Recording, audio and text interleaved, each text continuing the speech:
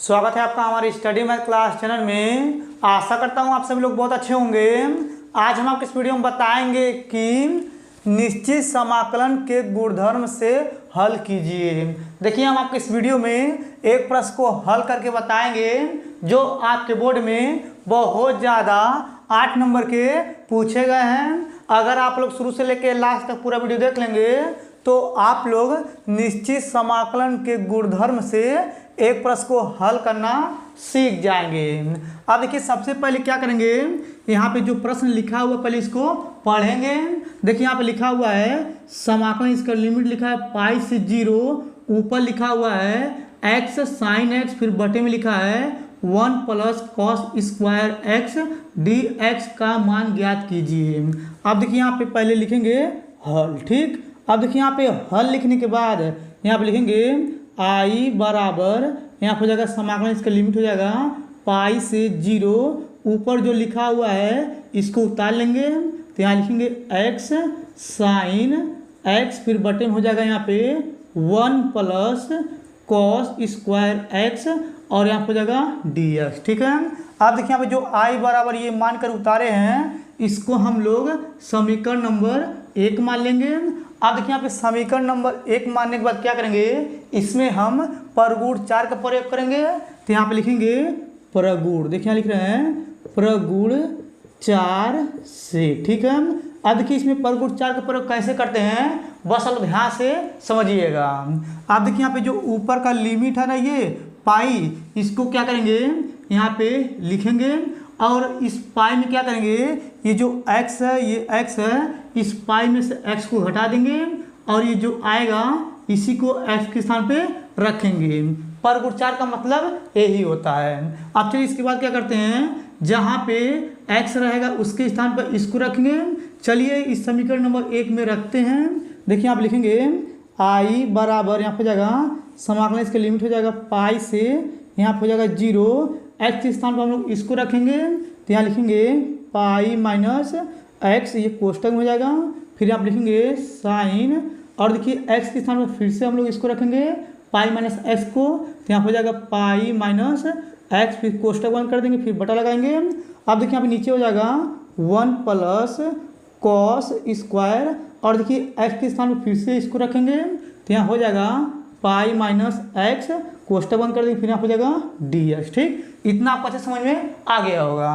अब देखिए इतना करने के बाद फिर यहाँ पे लिखेंगे आई बराबर, यहाँ पे हो जाएगा समाकलन, इसका लिमिट हो जाएगा पाई से 0, और देखिए यहाँ पे ऊपर हो जाएगा पाई माइनस x एक कोष्टक में। अब देखिए यहाँ पे लिखा हुआ है साइन पाई माइनस x। अब देखिए जो पाई है इसका मान जो होता है 180 होता है, तो साइन 180 में नहीं बदलता है, यानी कि साइन 180 माइनस x हो जाएगा साइन x, तो यहाँ लिखेंगे साइन x, फिर बटा लगा देंगे। अब यहाँ पे नीचे हो जाएगा 1 +, अब देखिए यहाँ पे लिखा cos square pi minus x, पाई का मान 180 होता है, और देखिए यहाँ पे cos 180 माइनस x, यानी कि cos 180 में नहीं बदलता है, तो यहाँ हो जाएगा cos स्क्वायर, यहाँ हो जाएगा x, फिर यहाँ लिखेंगे dx। ठीक, ये भी आपको अच्छे समझ में आ गया होगा। अब देखिए इतना करने के बाद फिर यहाँ लिखेंगे आई बराबर, यहाँ हो जाएगा समाकलन, इसका लिमिट हो जाएगा पाई से 0। अब देखिए इसके बाद क्या करेंगे, साइन x से इन दोनों पाई पर गुणा करेंगे। देखिए यहाँ पे साइन x से पाई में गुणा करेंगे तो यहाँ हो जाएगा पाई, और यहाँ हो जाएगा साइन x, और देखिए यहाँ पे माइनस माइनस से लगा देंगे। अब देखिए यहाँ पे इस साइन x से x में गुणा करेंगे तो यहाँ पे आ जाएगा x साइन x, फिर यहाँ पे बटा लगाएंगे। अब देखिए बटा लगाने के बाद ये जो नीचे वाला इसको यहाँ पे नीचे उतार लेंगे तो यहाँ हो जाएगा 1 + cos स्क्वायर x, और यहाँ हो जाएगा dx। ठीक है, अब देखिए जो आया है इसको हम लोग क्या करेंगे, समीकरण नंबर 2 मान लेंगे। इतना करने के बाद बस आप लोग ध्यान से समझिएगा। अब देखिए यहाँ पे समीकरण 1 आया और यहाँ पे समीकरण नंबर 2 आया है।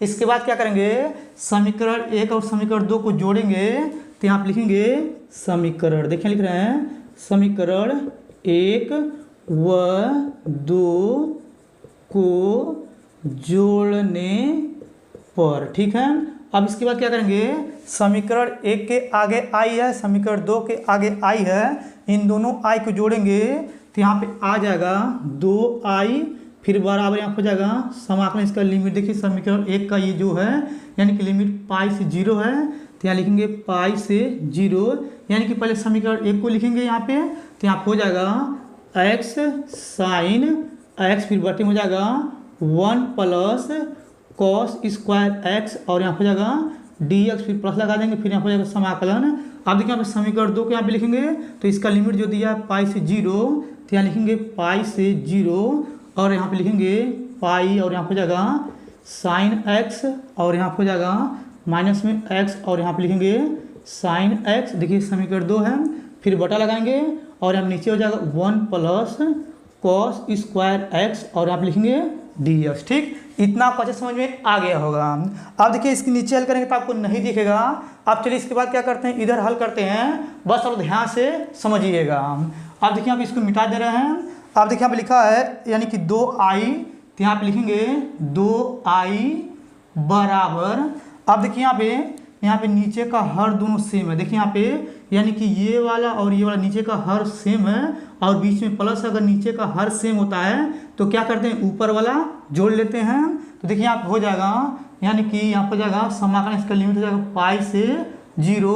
अब ये देखिए पहले इसको लिखेंगे, तो यहाँ हो जाएगा एक्स साइन एक्स, और देखिए यहाँ पे प्लस लगा देंगे। अब इसको भी लिखेंगे यहाँ पे, तो यहाँ हो जाएगा पाई साइन एक्स, फिर माइनस यहाँ हो जाएगा एक्स साइन एक्स हो जाएगा, फिर यहाँ पे बटा लगाएंगे। अब देखिए यहाँ पे नीचे का हर दोनों सेम है, तो क्या करेंगे दोनों में से एक लिखेंगे, तो यहाँ हो जाएगा 1 प्लस कॉस स्क्वायर एक्स, और यहाँ लिखेंगे डी एक्स। ठीक, इतना आपको अच्छे समझ में आ गया होगा। अब देखिए यहाँ पे लिखा हुआ है माइनस में साइन एक्स, देखिए यहाँ पे माइनस में साइन एक्स और ये प्लस में साइन एक्स से ये कट जाएगा, तो यहाँ पे बचेगा यानी कि 2i बराबर, यहाँ पे समाकलन इसका लिमिट हो जाएगा पाई से 0, और यहाँ पे बचेगा पाई, और यहाँ पे जाएगा साइन एक्स, फिर बटे हो जाएगा यहाँ पे 1 प्लस कॉस स्क्वायर एक्स, और यहाँ पे जाएगा डी एक्स। ठीक, इतना आपको अच्छे समझ में आ गया होगा। अब इसके बाद क्या करेंगे, इस पाई को बाहर ले लेंगे और 2 से इसमें भाग कर देंगे, तो यहाँ पे आ जाएगा यानी कि देखिए यहाँ पे पाई को बाहर ले लेंगे, 2 से भाग कर रहे हैं, तो यहाँ पे आ जाएगा आई बराबर, यहाँ पे जाएगा पाई बटे हो जाएगा 2, फिर यहाँ पे जाएगा समाकलन इसका लिमिट हो जाएगा पाई से 0, ऊपर बचेगा साइन एक्स, फिर बटे में बचेगा 1 प्लस कॉस स्क्वायर एक्स, और यहाँ पे जाएगा डी एक्स। इतना करने के बाद बस चलो ध्यान से समझिएगा। अब इसके बाद क्या करेंगे, देखिए यहाँ पे नीचे जो लिखा हुआ कॉस स्क्वायर एक्स, यानी कि हम क्या करेंगे कॉस एक्स को टी मानेंगे, तो यहाँ पे लिखेंगे माना, देखिए लिख रहे हैं माना, यहाँ पे जाएगा कॉस एक्स बराबर हो जाएगा टी। अब इसका क्या करेंगे एक्स अवकलन करेंगे, तो यहाँ पे आ जाएगा माइनस में साइन एक्स, डी एक्स बराबर हो जाएगा यहाँ पे डी टी। अब माइनस क्या करेंगे उधर फेंक देंगे, तो यहाँ पे आ जाएगा साइन एक्स डी एक्स बराबर माइनस में डी टी। ठीक है, अब देखिए यहाँ पे जो यानी कि cos x को t माने हैं। अब इसके बाद क्या करेंगे, यहाँ पे देखिए जो cos x है, x के स्थान पे एक बार ऊपर वाला लिमिट रखेंगे यानी कि पाई रखेंगे। देखिए यहाँ पे रख रहे हैं तो यहाँ पे हो जाएगा cos। अब देखिए यहाँ पे x के स्थान पे यानी कि ये जो पाई है इसको रखेंगे तो यहाँ पे हो जाएगा पाई, और यहाँ पे हो जाएगा बराबर t। अब देखिए यहाँ पे cos पाई का मान 180 होता है, तो cos 180 का जो मान होता है माइनस में 1 होता है, फिर बराबर हो जाएगा t। ठीक, ये आपको अच्छे समझ में आ गया होगा। अब देखिए यहाँ पे नीचे वाला जो लिमिट है 0 है। अब इसके बाद क्या करेंगे, फिर से यहाँ पे यानी कि x के स्थान पे 0 रखेंगे तो यहाँ हो जाएगा cos 0 बराबर यहाँ हो जाएगा t। अब देखिए cos 0 मान 1 होता है तो यहाँ हो जाएगा 1 बराबर t। ठीक है, ये आपको अच्छे समझ में आ गया होगा। यानी कि जहाँ पे हम लोग यानी कि किसी को t मानेंगे, चाहे साइन को चाहे कॉस को, तो क्या करेंगे वहाँ पे हम लोग लिमिट को चेंज कर देंगे। ये आपको अच्छे समझ में आ गया होगा। देखिए यहाँ पे लिमिट को चेंज कर दिए हैं। अब इसके बाद देखिए यहाँ पे इधर रेखा खींच दे रहे हैं इस प्रकार से। ठीक, अब यहाँ पे लिखेंगे आई बराबर, अब देखिए यहाँ पे ये जो दिया हुआ है यानी कि पाई बटा 2, तो यहाँ लिखेंगे पाई बटे हो जाएगा 2। और देखिए यहाँ पे यानी कि साइन एक्स डी एक्स, देखिए यहाँ पे साइन एक्स डी एक्स के स्थान में क्या रखेंगे यानी कि माइनस में डी टी, तो माइनस बाहर ले लेंगे और यहाँ पे जाएगा समाकलन। अब देखिए इसका लिमिट चेंज हो गया है तो यहाँ पे जाएगा -1 और यहाँ पे नीचे हो जाएगा यानी कि 1।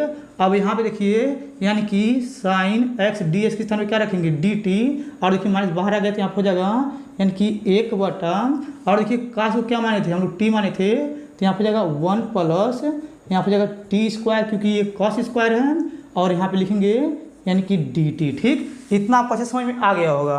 अब देखिए इसके बाद क्या करेंगे, इसकी नीचे करेंगे तो आपको नहीं दिखेगा। अब चलिए इधर का मिटा क्या करते हैं, इसके आगे इधर हल करके हम आपको बताते हैं। चलिए सबसे पहले इधर का मिटा देते हैं। अब देखिए इधर का मिटा दिए हुए हैं। अब चलिए इसके बाद क्या करते हैं, इसके आगे इधर हल करके बताते हैं, बस अब ध्यान से समझिएगा। अब देखिए यहाँ पे जो आया है यानी कि 1 बटा 1 प्लस टी स्क्वायर, इसका एक समाकलन का फार्मूला होता है। चलिए यहाँ पे लिख करके हम आपको दिखाते हैं। देखिए यहाँ पे होता है यानी कि हम जानते हैं समाकलन 1 बटा 1 प्लस एक्स स्क्वायर, और यहाँ पे होता है डी एक्स बराबर यहाँ पे होता है यानी कि 10 इनवर्स एक्स होता है। ठीक है, यानी कि अगर हम इसका समाकलन करेंगे तो ये आएगा, और देखिए अगर इसका हम समाकलन करते तो ये आता। ठीक, ये आपको अच्छे समझ में आ रहा होगा फार्मूला। अब चलिए इसके बाद क्या करते हैं, इसका हम समाकलन कर देते हैं। तो देखिए यहाँ पे आ जाएगा आई बराबर यहाँ पे जाएगा माइनस पाई बटे में 2 हो जाएगा। अब इसका समाकलन करेंगे तो यहाँ पे आ जाएगा यानी कि यहाँ पे बड़ा कोष्ठक लगा देंगे, और यहाँ पे आ जाएगा 10 इनवर्स एक्स, फिर बड़ा कोष्ठक बंद कर देंगे। और देखिए इसका जो लिमिट है ना यानी कि -1 और यहाँ पे नीचे 1, ठीक, उसको लिख देंगे। ठीक, ये आपको क्लियर समझ में आ रहा होगा। अब इसके बाद क्या करेंगे, फिर यहाँ पे लिखेंगे आई बराबर माइनस पाई बटे में 2 हो जाएगा। फिर इसके बाद बड़ा कोष्ठक बना देंगे। अब देखिए यहाँ पे एक बार एक्स के स्थान पे अपर लिमिट यानी कि ऊपर और रखेंगे। देखिए यहाँ पे हो जाएगा 10 इनवर्स, एक्स के स्थान पे -1 रखेंगे तो यहाँ हो जाएगा -1, कोष्ठक बंद कर देंगे। अपर लिमिट माइनस होता है लोअर लिमिट, यहाँ लिखेंगे 10 इनवर्स लोअर लिमिट यानी कि नीचे वाला, यानी कि एक्स के स्थान पे क्या करेंगे, नीचे वाला 1 रखेंगे तो यहाँ हो जाएगा यानी कि कोष्ठक में 1 हो जाएगा, फिर ये बड़ा कोष्ठक बंद कर देंगे। ठीक, इतना आपको अच्छे समझ में आ गया होगा। फिर यहाँ पे लिखेंगे आई बराबर माइनस पाई बटे हो जाएगा 2, फिर यहाँ हो जाएगा बड़ा कोष्ठक। अब यहाँ पे लिखा हुआ है यानी कि 10 इनवर्स -1।